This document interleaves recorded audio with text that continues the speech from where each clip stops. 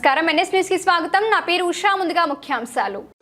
ఆంధ్రప్రదేశ్ విద్యుత్ శాఖలో గత 3 దశాబ్దాలుగా సేవలందిస్తున్న కాంట్రాక్టర్ కార్మికులు తమ న్యాయమైన డిమాండ్లు ఇప్పటికీ నెరవేరలేదని ఆవేదన వ్యక్తం చేశారు.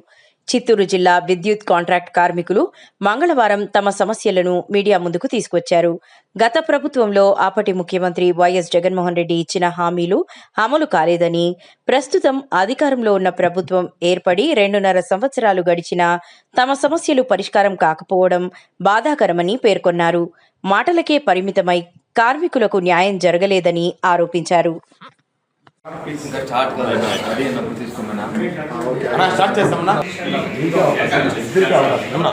ఫోటో తీసుకున్నాం అవకాశం ఇచ్చాను మళ్ళీ వాళ్ళు ఇబ్బంది పడతారు. నాకు చూడాలన్నా ఏముందన్నా తీసే వాళ్ళు ఎవరు ముందు పోకుండా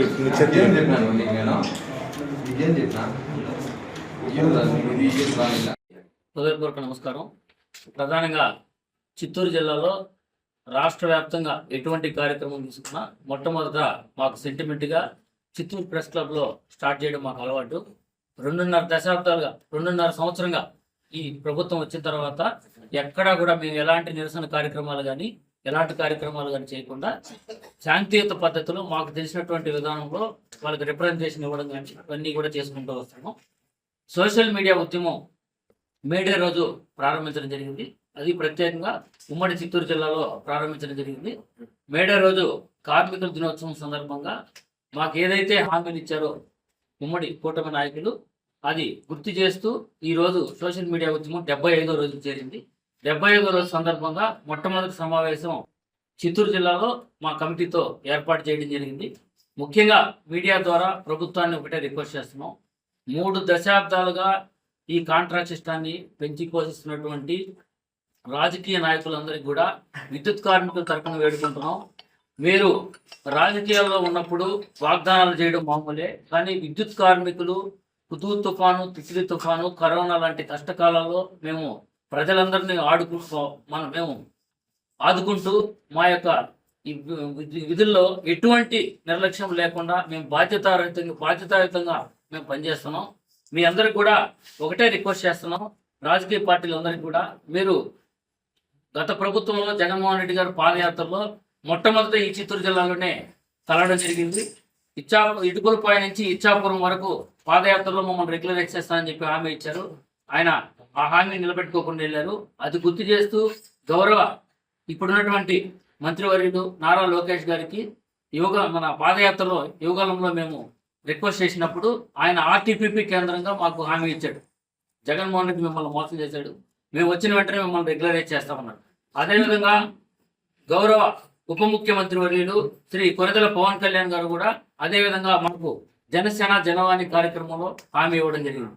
మేము ఎందుకు గుర్తు చేస్తున్నామంటే రాజకీయ నాయకుల వాగ్దానాలంతా ఎలా అయిపోయిందంటే మమ్మల్ని రాజకీయం కోసం ఈ విద్యుత్ సబ్స్టేషన్లలో ఒక నిధిలాగా ఈ విద్యుత్ సంస్థని వాడుకుంటున్నారు. ఈ కాంట్రాక్ట్ సిస్టాన్ని పెంచి పోషిస్తూ దాదాపు కాంట్రాక్టర్లు ఇంటి దగ్గర కూర్చోబెట్టి 150 కోట్ల రూపాయలు ప్రజాధనం వృధా అవుతుంది. ఈరోజు 3 దశాబ్దాల పాటు పనిచేస్తున్నటువంటి కార్మికుడికి ఎటువంటి బెనిఫిట్ లేకుండా, రిటైర్మెంట్ అనేది కూడా చెప్పకుండా, కనీసం ఒక పూలమాల కూడా లేకుండా మనం ఇంటికి పంపించేస్తున్నాం. హైటెన్షన్ టవర్స్ మీద దగ్గర నుంచి కింద గ్రౌండ్ లెవెల్లో పనిచేసేటువంటి కార్మికుడి వరకు ప్రతి ఒక్కరూ 30 సంవత్సరాల పాటు పనిచేసి ఎటువంటి ఒక్క రూపాయి బెనిఫిట్ లేకుండా వెళ్ళిపోతున్నారు. కానీ మీరు రాజకీయ వాగ్దానాలు ఎలా ఉన్నాయంటే 5 సంవత్సరాలు మీరు ముఖ్యంగా మీడియా వాళ్ళకి చెప్తున్నాం, 5 సంవత్సరాలు జెండాలు మోసినటువంటి వ్యక్తులు ఈ విద్యుత్ సంస్థలో ఎంటర్ అవుతున్నారు. తరువాత ఈ 5 సంవత్సరాల తర్వాత వాళ్ళని రెగ్యులరైజ్ చేయమంటే వాళ్ళని మీరు గత ప్రభుత్వంలో రాజకీయ నాయకులు పెడితే వచ్చారు కాబట్టి మిమ్మల్ని రెగ్యులరైజ్ చేయడానికి కుదరదు అంటారు. ఆ ప్రభుత్వంలోనైనా ఇప్పుడున్నటువంటి ప్రభుత్వంలోనైనా ప్రజల చేత ఎన్నుకోబడినటువంటి ప్రజాప్రతినిధులైన మీరు రెఫర్ చేస్తేనే విద్యుత్ సంస్థలో రూల్ ఆఫ్ రిజర్వేషన్ ఉన్నా, పోటీ ఉన్నా, ఎలా ఉన్నా మళ్ళీ మీరు రికమెండేషన్ లేకుండా విద్యుత్ సంస్థలోకి రావడానికి కుదరదు. మరి మీరు ప్రజలందరి చేత ఓట్లు వేసుకొని ఎన్నుకోబడినటువంటి మీరే రెఫర్ చేస్తున్నటువంటి విద్యుత్ సంస్థలో మీరే రెగ్యులరైజ్ చేయడానికి కుదరదు అంటే ఈ విద్యుత్ కార్మికుల పరిస్థితి ఏంటి? మీరు ఇంకా ఎన్ని సంవత్సరాలు ఈ విధంగా మోసం చేస్తారు? అదేవిధంగా సూటి ప్రశ్న వేస్తున్నాం. విద్యుత్ సంస్థలో ఉన్నటువంటి రెగ్యులర్ సంఘాలన్నింటినీ కూడా ఒకటే రిక్వెస్ట్ చేస్తున్నాం.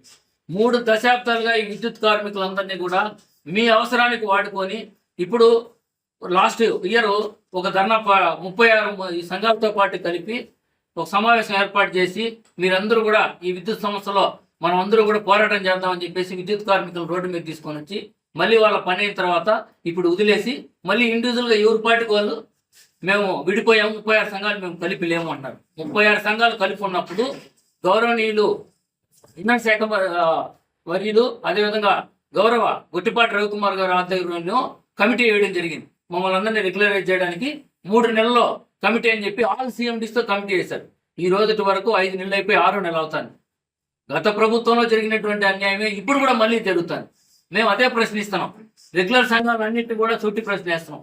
మీ యొక్క ఉపయోగం అయిపోయేంత వరకు, మీ అవసరాలు తీరేంత వరకు విద్యుత్ కార్మికులు 36 సంఘాలు ఏకదాటి మీద తీసుకొని వచ్చి ఈ రోజు 5 నెలలు అయిపోయి 6వ నెల పెడుతుంది.